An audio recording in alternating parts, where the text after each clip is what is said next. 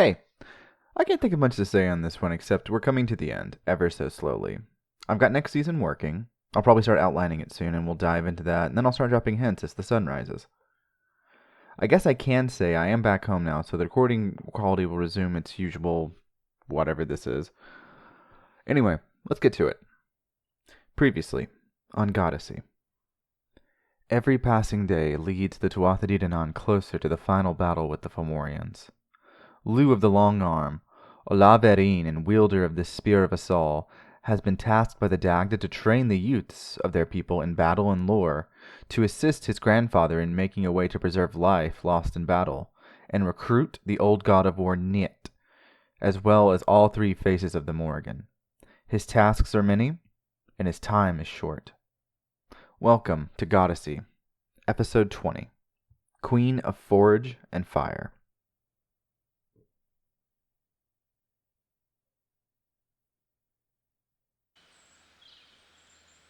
Again, but this time, try not to take each other's heads off. They wielded oak sticks as if they were spears, not carved things worked into neat staves, but gnarly, uneven weapons that they wielded with the utmost despair. Their hands were covered in ripped fabric, as much to protect them from new wounds as from the ones they already had. The two girls were breathing hard, but they were absolutely dedicated to the fight. A yell, and they were back at it, blow by blow, parry by parry. Lugh was impressed. He was replicating the lessons of Tir na Nog fairly well, he thought. Today there were nearly 24 students, here to learn herbalism as well as martial combat. Most of them showed basic aptitude for creating a simple healing balm and for wrapping a wound, but they would not be his first or second choice for who to go to. Now, as the noonday sun began its downward descent, he had them working hard on fighting, the boys and the girls of the tribe beneath 15 years of age. The harvest had been collected. The king had decreed that all youth needed education and training. Most were being trained at home by relatives or parents or extended family, while the children of the villages near Tara were here, being trained accordingly by the Olaf Erin. Theirs was a more robust education, Lugh had to admit, and a more painful one, he assumed. Beyond the two girls, every pairing sparred, with a group of 3 going at it the edge of the grove. Each dance had its own rhythm, most of them learning to be furious.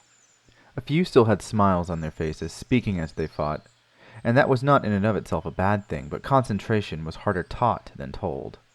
Soon the combat sessions were as close to ending as they would be, stubbornness keeping more than a few of them going well after their fatal blow. That was good, very good. Most of you are improving. The rest of you will hopefully not see battle, but that matters little. We all must be prepared for it. The final battle will involve all of us. But as we fight, I ask that we reflect on something. Why do we fight? There came several voices from the labor-breathing crowd. For our existence. For Dominion of Ireland. For our survival. For our future. And all of those are right. We do fight to survive. We do fight for control of the island. We do fight for our future. But there's another element to it. We fight that we may fight again. Never forget that martial arms are what keep us safe. The Fomorians will not be the last invaders, just as we are not. That Ireland be ours, we fight more than Fomorians. We fight fate itself. He was certain the profundity of that was lost on them. New partners. Whoever is in the group of 3, I want you practicing 2-on-1. Continue. Then there came a clapping from the edge of the grove, and there she stood, his aunt, Eärmid, a wry grin across her face. He returned the smile, and the two met, embracing. I wonder if you hear yourself sometimes, nephew. Better I not listen for fear of what comes out of my mouth. What brings you to Tara? How are things at home with grandfather? They walked to the edge of the grove, the same druid grove where only 2 weeks prior the Dagda had given him his lessons. A fine place for teaching, he thought, full of light, cooler air, and privacy to be made fools and make fools of others. Lugh suspected he would be a fool more than once in this conversation. Eärmid's tone changed. I was hoping you could spare him a visit. We've left home and are now near Bruna Boyne. Even so, with your speed you could be there and back again in a flash. Lugh frowned. That bad, then? Are he and Mick at each other's throats yet? Well past being at their throats, more like they are down them. Every healer in the Isle is there working on an idea of Grandfather's making. A kind of well, whose energies could revive the warriors from long distances, keep them alive despite their wounds. A way to guarantee we survive the battle. Lugh did not like the sound of that. That was their best resort? I can tell from your look that you think the same as Mick. This is not a good first plan, nor a good second. I am working on different healer kits myself, but Mick is a good son. He is working on Father's plan, bringing innovation into it, which many of the healers are amazed by. But it irks Father to see it, to see such genius that is not his own. Lugh shook his head, as the nearby pair of boys fought one another to a standstill, growling with an intense fire. Why is he so set on being right all the time? The boy nearest him faltered and was thrown back. The smaller boy drove his stick into the other's shoulder. The larger boy screamed out and tripped the smaller boy, continuing the duel. Ermid sighed, watching the battles before her. The Dagda was not the most loving of fathers. Each of his children have their own eccentricities, and each of them seeks to be the best in his shining eyes. Angus, Dienset, Brigid. Yet, Angus and Brigid do not have to try to receive praise. Brigid is always first in his heart, and though Grandfather will never admit it, he finds Angus taking Bruna Boyne from him brilliant. Father has never received such praise. He finds it in others, Nuada especially, yet he replicates this distaste for brilliance in his own children that he felt with his own father. That's what I think. Mick thinks differently, but he sees Father more darkly than I do. That's why I'm the one forced to keep the peace. How did one get much darker than that? Dienset was unpleasant, Lugh had to admit, but he would never have thought him so petty. But then, he knew Dienset was that petty. Wishful thinking on his part did not help. He thought of the sons of Turian, of his own reasons for not healing them. Was that any more justified than Dienset's cruelty and rage? Speaking of Brigid, continued Ermid, her tone changing once more, have you spoken to Brigid yet? I have no doubt Grandfather told you to keep an eye on her. Lugh sighed. It's as if she's hiding from me. Every time I seek her in court, she is absent. Every time I seek her elsewhere, she is gone. When I do see her, it is in passing. For a queen who is good at her job, she is vexing in how she avoids audiences with her most trusted of servants. Perhaps you are not as trusted as you thought, Ermid suggested, Lugh taken aback by the mere suggestion. What do you mean? All of this is happening because of you, and she supported you despite what it has cost her. Yet now, she has lost the one thing that kept her going through all the years of her marriage to Brez. Ruiden now stands as a Fomorian. Her child, her only son, is a known traitor. Who is to blame for that? Lugh blinked. Brez, I should think. And you would be right. But she cannot blame Brez here, can she? He is in the north, hiding behind enemy lines. But you? You're here. You are the fire starter to the wildfire, and it is quickly burning out of control. If you were a goddess of fire, like Brigid, would that not irk you? A fire burning out of control is a danger to everything, including itself. The words came back to him, what the Kalik had said, that Brigid would become a sovereign queen after she had tasted sorrow.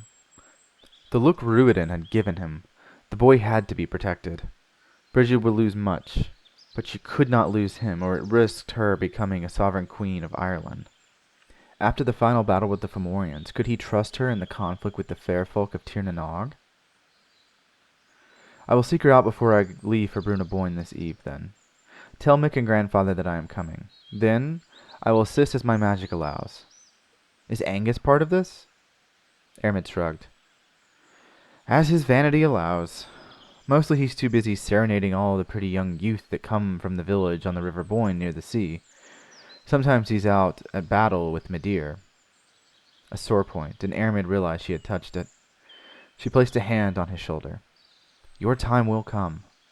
Samhain is coming, and the Dagda will return. When he does, you will have your taste of battle before the final one begins." She placed a kiss on his cheek and left the grove. Left in her wake were yells of angry teenagers beating each other senseless with sticks, and mild annoyance.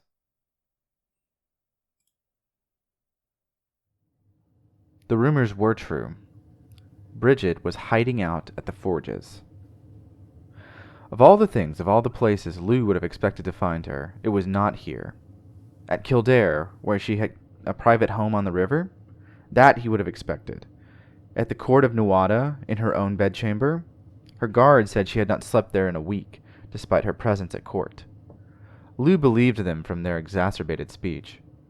It was not until he sought out Gavita that he discovered the truth over a flagon of ale and fine geese. Lugh had concluded his daily Ogham lessons and was desperate. "She's been at my forge for days, boy. Working hard, I must admit. Aunt Bridget has shown me a thing or two that I never would have thought of. Her craftsmanship is a fine thing, but what she really stands out is how inspirational and supportive she is to all of us at the forge. I do work better because Aunt Bridget is there." Lugh admitted to himself how complicated the genealogy of his own family was, how appearance rarely matched reality. Bridget looked younger than Gavita despite being his aunt, just as Ermid was as young as Lugh was. It was actually older than his own father. Dean Set was younger than Bridget, but older than youthful Angus, yet appeared older than both and their father, the Dagda. Whoever Danu was, their fabled ancestor of the East, whatever her powers, she was not a goddess of sensible family history.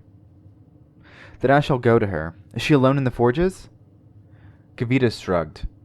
"I can but assume. Most of the smiths go home by twilight. But she is merciless. An ever-burning fire." That is where he found her. She wore a simple tunic of blue, the sleeves of which ran into her gloved hands as she poured the heated metal into cast, making spearheads. Once done, she took a tool and began to carve into their heads the triple spiral shape of Bruna Boyne, marking each weapon as hers. Her hair was pulled back into a bun covered in a kerchief of green, her hair as fiery as ever. Her eyes seemed yellow in the forge's firelight. "Are you going to speak, Kian's son? Are you going to gawk at your great-aunt as she works?" "I had not known you a smith, is all. You are as skilled as Gavita." She continued her work without looking up, moving meticulously on the heated surface. Like Gavita, she showed no fear of the fire as she carved the shapes. "No, I am not. Why are you here?" "Not to be impressed, that much is certain." "You are avoiding me." "I am avoiding distraction." "Is this not a distraction?"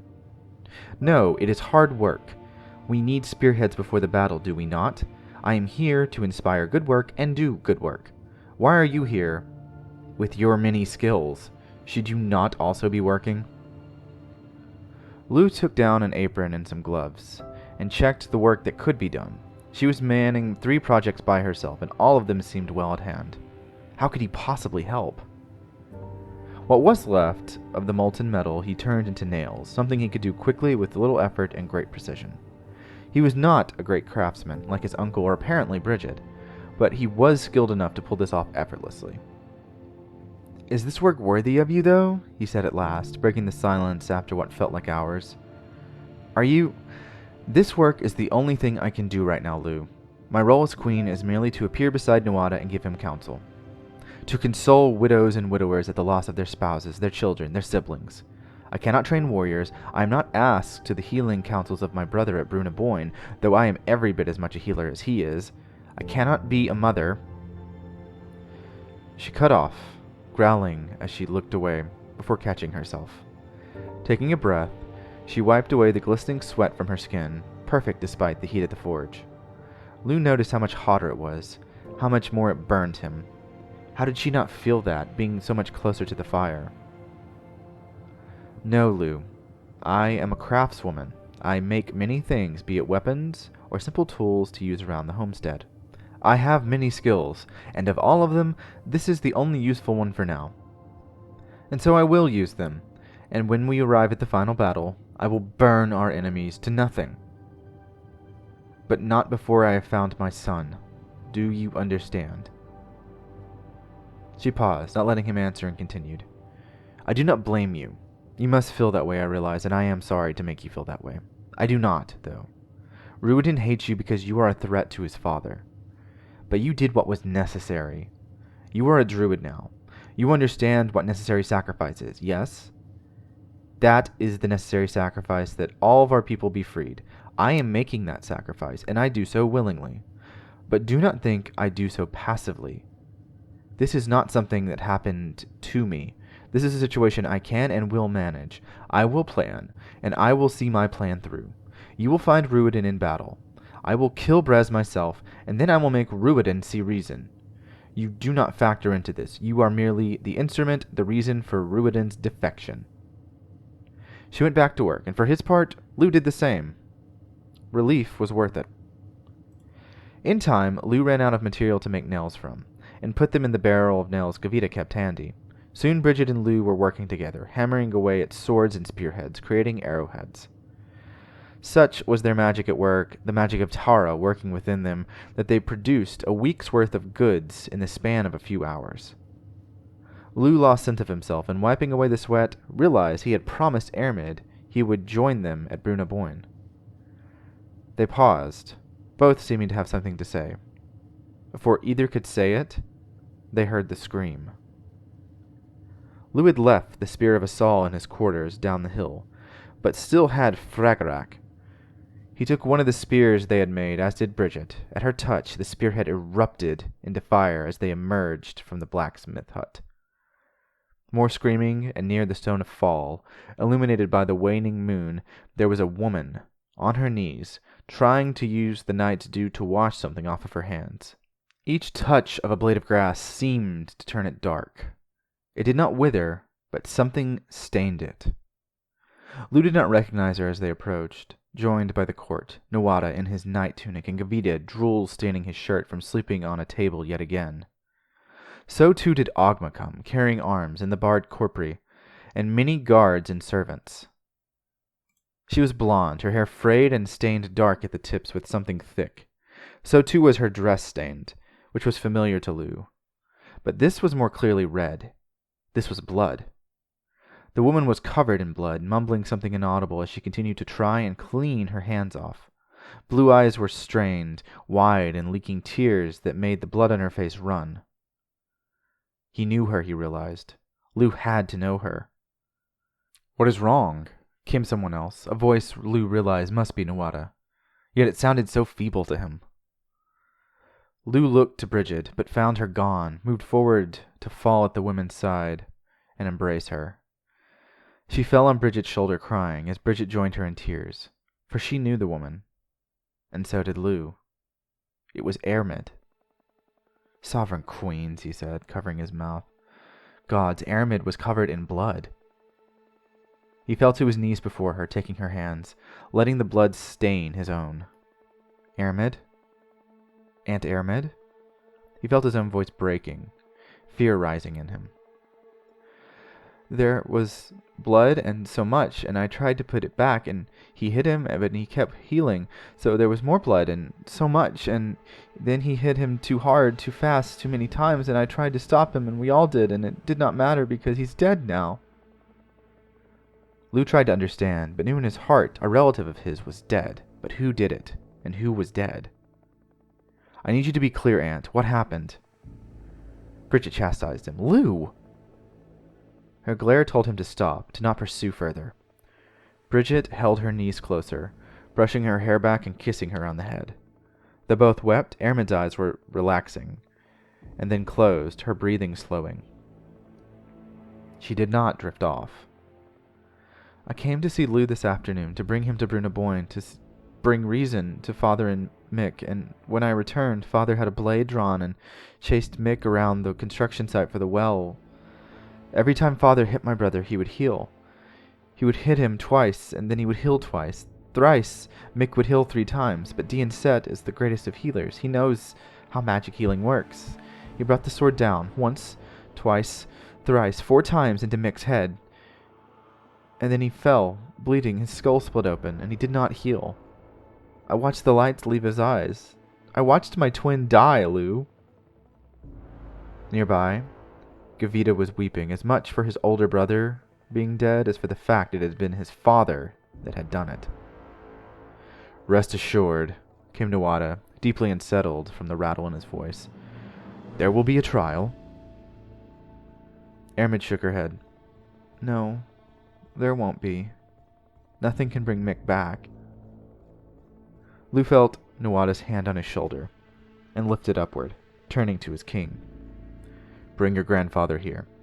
I want to know why he did this. Lugh nodded and left the hill for his abode, for his spear, his horse, and his hound. Behind him, he heard Bridget's weeping rising up, as full of anger as sadness for her niece and nephew.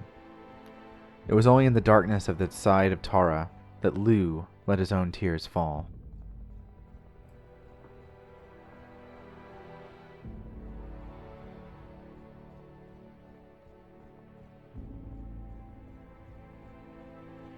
Goddessy is written, researched, and produced by Greg Wright.